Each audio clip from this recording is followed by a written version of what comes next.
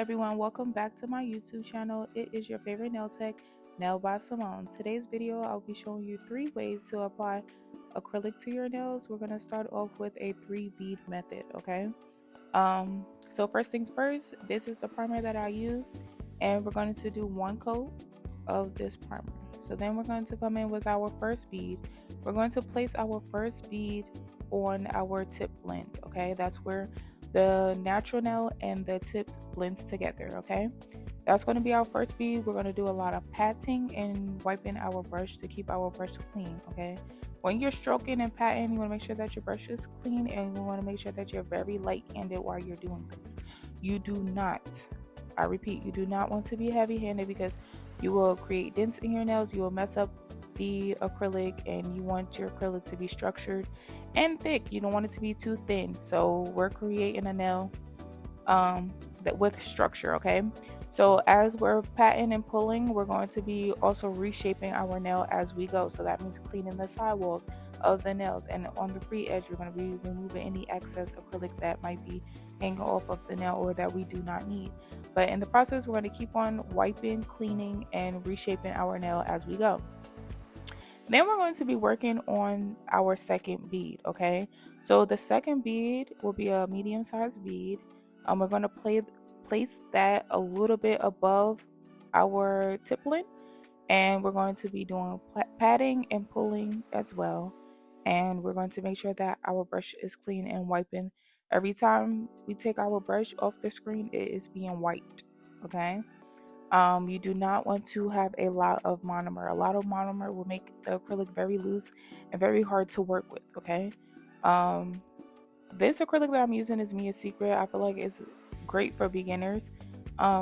You have to work on your monomer to polymer ratio in order to create good beads. So if you guys want a video on how to create beads, I will create a new video. So just comment down below and let me know if you want to know how to make acrylic beads. So our third bead is going to be placed above the second bead, not flooding the cuticle area, okay guys? You do not want a watery bead because a watery bead will flood the cuticle area and cause a lifting, okay? So you're going to make sure that everything is firm and that you're doing a lot of pressing, okay? So once you apply the bead there, we're going to be pressing it into the nail. Then we're going to take some monomer and smooth everything out and make sure that everything is still shaped perfectly. Then we're going to go ahead and move on to our second nail. Okay, our second nail, we're going to be doing a 2 bead method. The first bead that I will be applying is going to be a bigger bead than the first bead.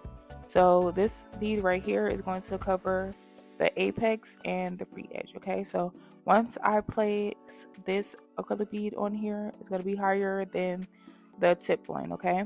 So once we place that up there, we're going to be doing some patting, and we're going to form the nail exactly how we need it to be formed. Also, keeping your brush clean and moist. You don't want it to be overly wet or too dry. Pat and wipe constantly, okay? Once you're patting and wiping, you also want to reshape your nail as needed so that it's less work in the end when it comes to shaping and filing. If you guys want to see a video on shaping and filing, make sure that you comment that down below because I can show you guys the best ways to shape and file your nails. Your application is what's going to make this shaping and filing an easier process for you.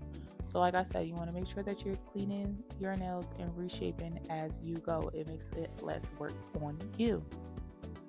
After we're done doing that, I'm going to be removing the excess acrylic, and then we will be moving on to our second bead. Our second bead is going to be smaller than our first bead, and we're going to be placing it above where we left off the first bead. So we're going to be placing that there. We don't want it too wet. We want it nice and firm so that we're able to pat it into place. We're going to wipe our brush, get some more monomer, and continue on wiping and molding the nail how we need it to be. Also, when you're doing this, we're making sure that we're sealing our cuticles. We're making sure that the acrylic is nicely firm onto the nail, okay? And then once we're done, we're going to wipe it down more and also reshape the nail.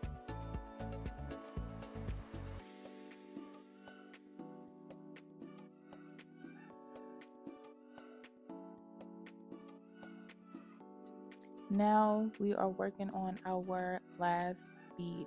This is going to be a 1 bead nail, okay? So what we're going to do is take a large acrylic bead, and we're going to place it towards the cuticle area.